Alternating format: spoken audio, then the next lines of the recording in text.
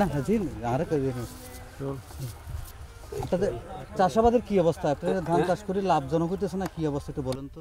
হ্যাঁ এটা তো স্বাস্থ্য দ্বারা খাইতে গাগুন বাড়িস পয়সা করে কম তারপরে পয়সা করে বেশি খরচ বেশি পোষাই না পারিস চাষলাই পোষাই না পারিস তারপরে বেতনও বেশি আমলর ওই আর এখন এই যে এই চাষবাসের খরচ বেশি পড়তেছে, আপনারা যদি কি সরকারের বা কোনো তো হবে বা এইভাবে বিভিন্ন সুযোগ সুবিধা দিত তাহলে কৃষকরা তো ভালো চাষ করতে পারতো।